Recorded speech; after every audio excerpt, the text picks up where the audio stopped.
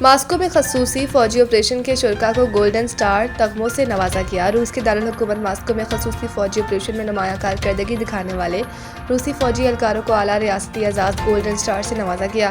یہ اعزازات وزارت دفاع کے توسیعی اجلاس کے اختتام پر صدر ولادیمیر پوتن نے خود ایک پروقار تقریب میں عطا کیے۔ تقریب میں وزیر دفاع آندرے بیولوسوف اور روسی مسلح افواج کے chief of defence general staff general Valery Gerasimov بھی موجود تھے۔ صدر پوتن نے اپنے خطاب میں فوجی اہلکاروں کو خراج تحسین پیش کرتے ہوئے کہا، یہ اعزازات ان کے غیر معمولی حوصلے، جرات اور قربانیوں کا اعتراف ہے۔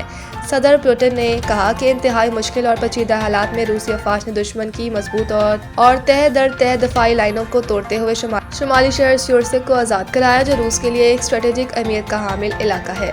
ان کے مطابق یہ کامیاب کارروائی اعلیٰ سطحی عسکری منصوبہ بندی، کمانڈ اور فوجیوں کے بے مثال قربانیوں کا نتیجہ ہے۔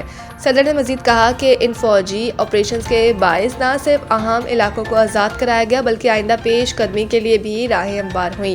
انہوں نے کہا کہ روسی فوج اہلکار ملک کی سلامتی، شہریوں کے تحفظ اور قوم کے روشن مستقبل کے لیے ڈٹ کر کھڑے ہیں۔ تقریب سے خطاب کرتے ہوئے اعزاز حاصل کرنے والے ایک اعلیٰ فوجی کمانڈر ایگور کونزبیکوف نے کہا کہ یہ اعزاز کسی بھی ایک فرد کا نہیں بلکہ پوری فوجی یونٹ اور ساتھیوں کی مشترکہ محنت اور قربانیوں کا اعتراف ہے۔